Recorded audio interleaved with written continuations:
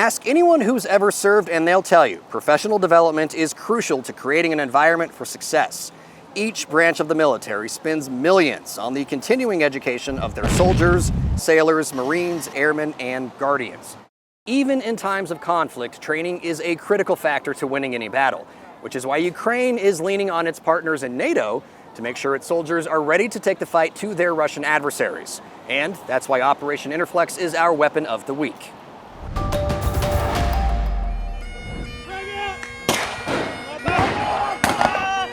From clearing trenches and providing cover fire to leadership opportunities, these Ukrainian soldiers are preparing for a fight that's nearly 2,000 miles away. We have to do this so that the enemy doesn't go on to invade other countries and wreak havoc, as they are currently doing on our territory. Leaning on the experience of NATO allies and partners, they are training for leadership roles on the front lines. Through the UK-led Operation Interflex, they are immersed in a 10-week platoon commander course. The focus is on teaching them the best tactics and strategies to take advantage of Russian weaknesses on the battlefield. I'm with the training team running the platoon commander's battle course, so training Ukrainian junior officers, junior leaders. So they'll be mostly going back to Ukraine and running platoons of about 30 soldiers. Mostly working in small teams from a variety of different cap badges, so infantry, artillery, logistics, all different kinds. We're mainly training them in sort of leadership and planning.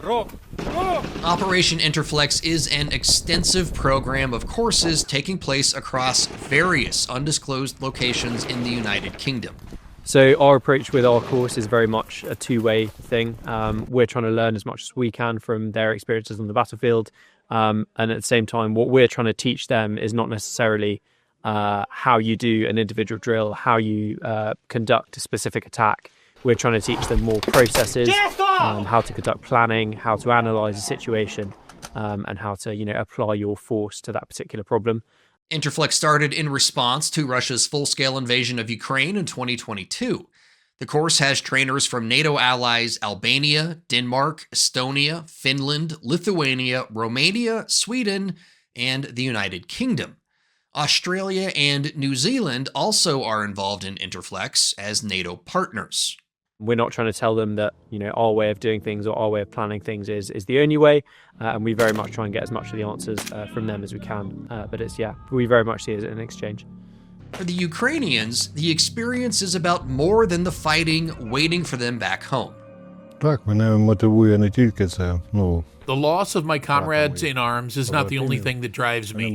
I'm also motivated to keep my country free, to keep my children, my grandchildren, I have 4 of them, to keep them alive without war so that they never know what war is.